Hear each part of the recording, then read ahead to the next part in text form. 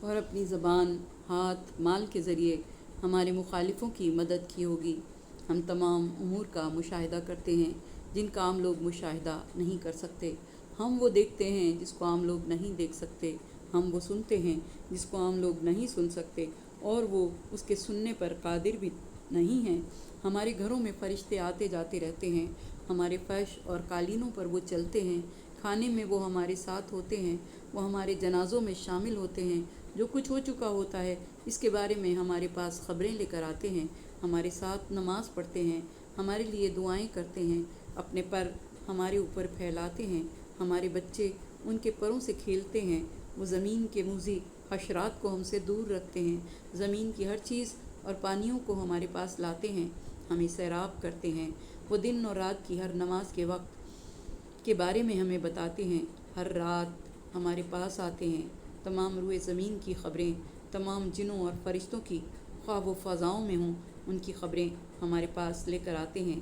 زمین پر جو بادشاہ مرتا ہے اور جو اس کا جانشین بنتا ہے اس کی خبر ہمارے پاس لے کر آتے ہیں۔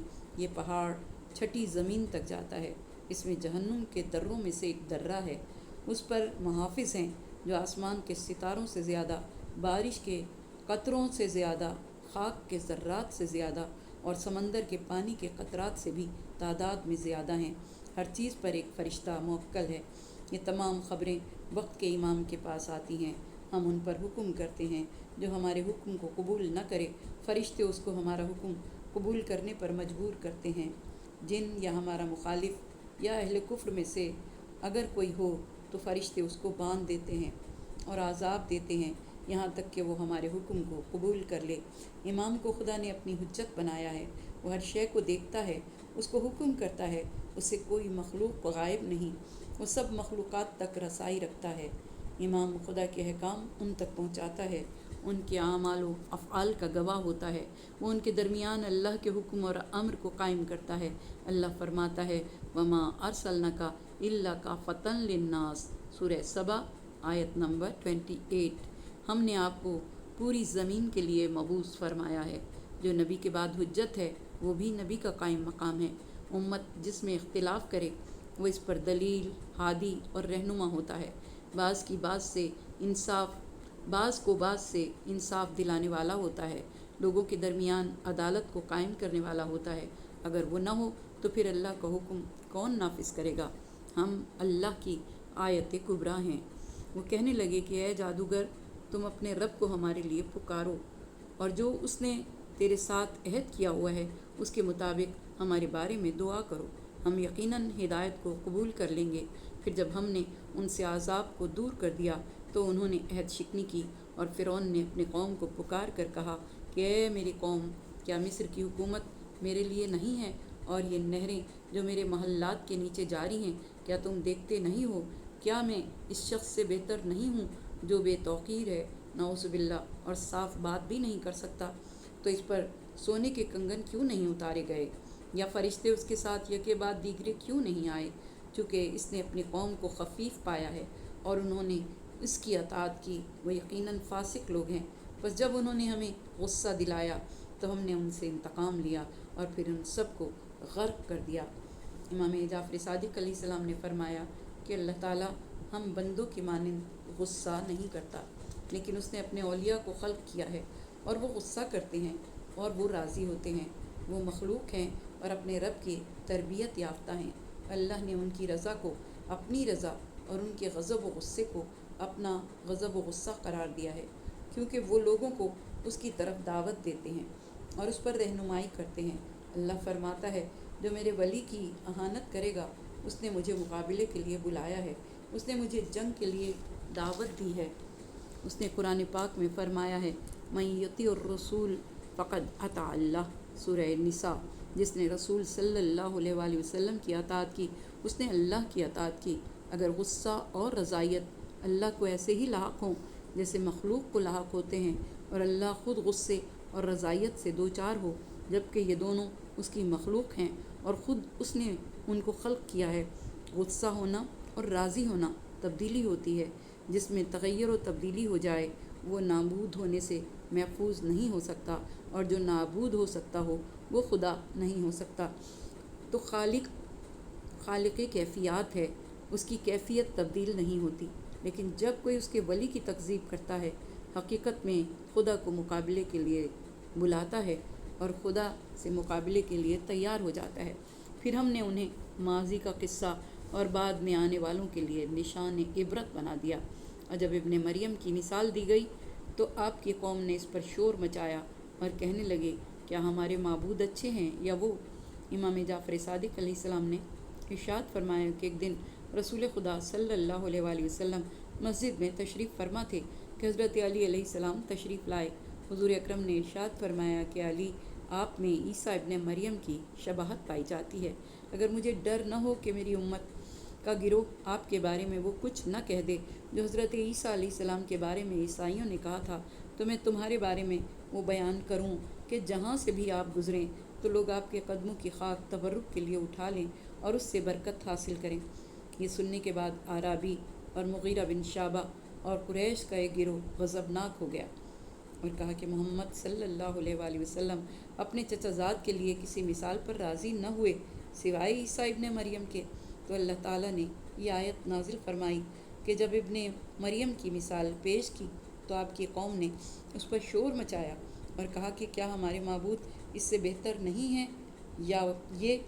جب رسول خدا نے یہ مثال بیان کی اور قرآن نے اس کی تصدیق کی تو حارث ابن عمر فہری غضبناک ہو گیا اور کہا کہ اللہ، اگر یہ حق ہے اور تیری طرف سے ہے تو بنی ہاشم یکے بعد دیگرے ہمارے وارث بنتے جا رہے ہیں۔ تو ہم پر آسمانوں سے پتھر نازل فرما یا دردناک عذاب نازل فرما۔ تب اللہ تعالیٰ نے حارث کی بات کے بارے میں حضور اکرم صلی اللہ علیہ وآلہ وسلم کو اطلاع دی اور یہ آیت نازل فرمائی، مکان اللہ لیعذبہم وانت فیہم، سورہ انفعال آیت نمبر 33۔ اور اللہ ہرگز ان کو عذاب نہیں دے گا جبکہ آپ ان کے درمیان موجود ہیں، اور اللہ ان کو عذاب دینے والا نہیں حالانکہ یہ استغفار کرنے والے ہیں۔ حضور اکرم صلی اللہ علیہ وآلہ وسلم نے اس سے فرمایا کہ ابو عمر، یا تو توبہ کرو یا یہاں سے چلے جاؤ۔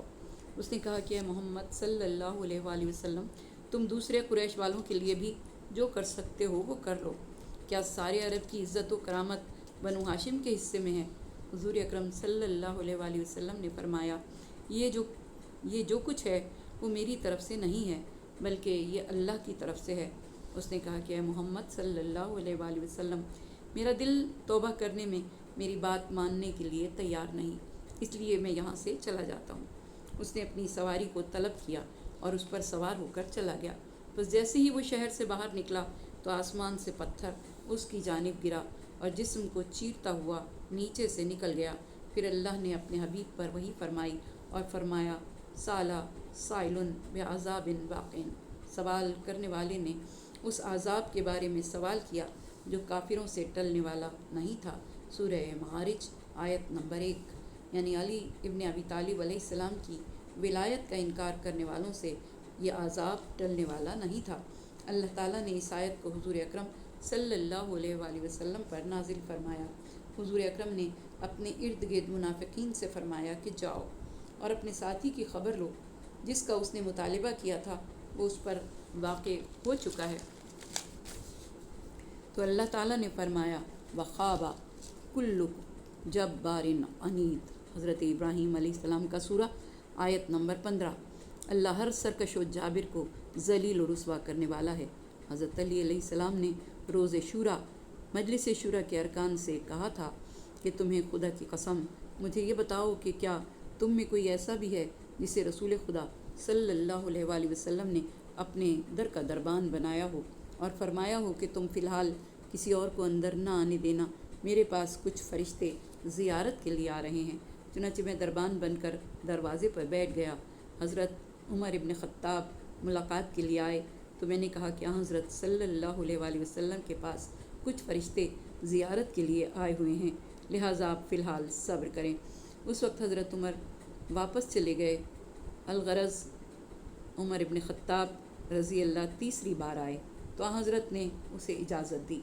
حضرت عمر نے رسول خدا صلی اللہ علیہ وآلہ وسلم سے عرض کیا کہ یا رسول اللہ، میں اس سے قبل 2 مرتبہ حاضر ہوا ہوں لیکن حضرت علی علیہ السلام نے مجھے اندر آنے کی اجازت نہیں دی اور کہا کہ حضور اکرم صلی اللہ علیہ وآلہ وسلم کے پاس اس وقت اتنے فرشتے موجود ہیں۔ چنانچہ میں واپس چلا گیا۔ مجھے علی علیہ السلام سے یہ پوچھنا ہے کہ انہیں فرشتوں کی تعداد کا علم کیسے ہوا؟ کیا انہوں نے فرشتوں کو دیکھا تھا؟ حضور اکرم صلی اللہ علیہ وآلہ وسلم نے مولا علی علیہ السلام سے پوچھا کہ آپ کو ان کی تعداد کا علم کیسے ہوا؟ آپ نے جواب دیا، مجھے ان کی تعداد کا اندازہ ان کے سلام سے ہوا۔ جب بھی سلام کی آواز آتی میں تعداد گنتا تھا، یوں مجھے تعداد کا علم ہوا۔ حضور اکرم صلی اللہ علیہ وآلہ وسلم نے فرمایا کہ یا علی، تم نے سچ کہا، تمہارے اندر عیسیٰ ابن مریم کی مشابہت پائی جاتی ہے۔ اس پر انہوں نے کہا کہ عیسیٰ علیہ السلام کے بغیر نبی نے ان کی کسی سے تشبیہ دینا گوارا نہیں کی۔ اس پر اللہ تعالیٰ نے یہ آیت نازل فرمائی، سورہ زخرف آیت نمبر 57۔ بتاؤ یہ آیت تمہارے لیے نازل ہوئی تھی یا میرے لیے؟ حاضرین نے کہا کہ یہ آیت آپ کے لیے نازل ہوئی تھی۔ ایک قوم حضور اکرم صلی اللہ علیہ وآلہ وسلم کی خدمت میں آئی اور عرض کیا کہ محمد صلی اللہ علیہ وآلہ وسلم، حضرت عیسیٰ علیہ السلام مردوں کو زندہ کرتے تھے، پس آپ بھی ہمارے لیے مردے کو زندہ کریں۔ آپ نے فرمایا کہ تم کیا چاہتے ہو؟ انہوں نے کہا کہ فلاں بندہ جو ماضی قریب میں اس دنیا سے گیا ہے اس کو زندہ کریں۔ آپ نے حضرت علی علیہ السلام کو بلایا اور ان کو کوئی بات بتائی جس کو ہم سن نہ سکے، جس کی ہمیں معرفت نہ تھی۔ پھر آپ نے فرمایا، اے علی علیہ السلام، ان کے ساتھ جائیں، میت کا نام اور اس کے باپ کا نام لے کر اسے پکاریں۔ حضرت علی علیہ السلام ان کے ساتھ گئے، اس بندے کی قبر کے قریب کھڑے ہوئے، پھر اس کو آواز دی، اے فلاں ابن فلاں۔ وہ مردہ کھڑا ہو گیا۔ ان لوگوں نے اس سے سوالات کیے۔ ان سوالات کے جواب دینے کے بعد وہ دوبارہ قبر میں لیٹ گیا۔ پھر وہ لوگ واپس پلٹے اور آپس میں کہہ رہے تھے کہ یہ بھی بنو عبد المطلب کا ایک جادو ہے، نعوذ باللہ۔ تو اللہ تعالیٰ نے یہ آیت نازل فرمائی کہ جب ابن مریم کی مثال بیان کی گئی تو آپ کی قوم نے ہنسنا شروع کر دیا، نعوذ باللہ۔ صدق اللہ العلی العظیم۔ یا باری الہ، تجھے واسطہ محمد و آل محمد کا، واسطہ تیرے اس کلام کا جسے تو نے اپنے حبیب کے قلب مطہر پر نازل فرمایا اور جسے تو نے ہم انسانوں کے لیے نصیحت بنایا، اور جس میں تو اپنے حبیب سے مخاطب ہے اور تو نے ہم انسانوں کو ہدایت کے راستے دکھائے۔ پروردگار دو عالم، ہمیں اس قرآن پاک کو پڑھنے سمجھنے کی توفیق عطا فرما۔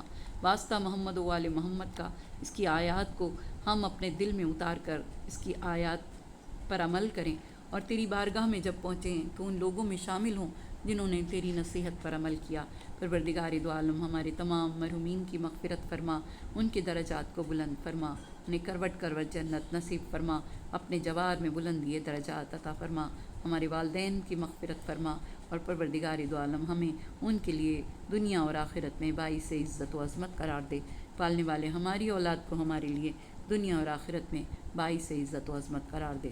پروردگارہ، جو بیمار ہیں، کل بیماروں کو بیمار کربلا کے صدقے میں، بیمار مدینہ کے صدقے میں صحت کاملہ، صحت عاجلہ عطا فرما۔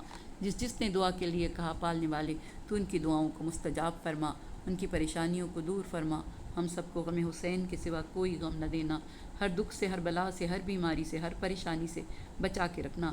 پروردگار دو عالم، ہماری اولاد کو نیک اور سعادت مند بنانا۔ محمد و آل محمد کے صدقے میں جو حج و زیارات کے متمنی ہیں انہیں یہ سعادت نصیب فرما۔ پروردگارہ، نام بنام سب کی حاجتوں کو روا فرما۔ پالنے والے محمد و آل محمد کے صدقے میں ہمارے ملک میں امن و امان رہے، دہشت گردوں کو نیست و نابود فرما، تمام اہل اسلام کی حفاظت فرما جہاں جہاں مسلمان آباد ہیں۔ پروردگارہ، تو ان تمام بستیوں کی، ان تمام علاقوں کی حفاظت فرما۔ پروردگارہ، غزہ کے مسلمانوں کی مدد فرما، کشمیر کے مسلمانوں کی مدد فرما۔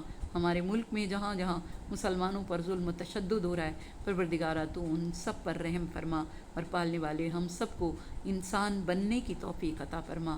پروردگارہ، ہمیں ان گمراہیوں سے دور رکھنا جن گمراہیوں پر تو نے عذاب کی وعید سنائی، اور پروردگارہ ہمیں ان تمام نعمتوں سے بہرہ مند کرنا جن نعمتوں کا ذکر تو نے اپنی کتاب میں فرمایا، اور جو نعمتیں تو نے مومنین کے لیے دنیا اور آخرت میں رکھی۔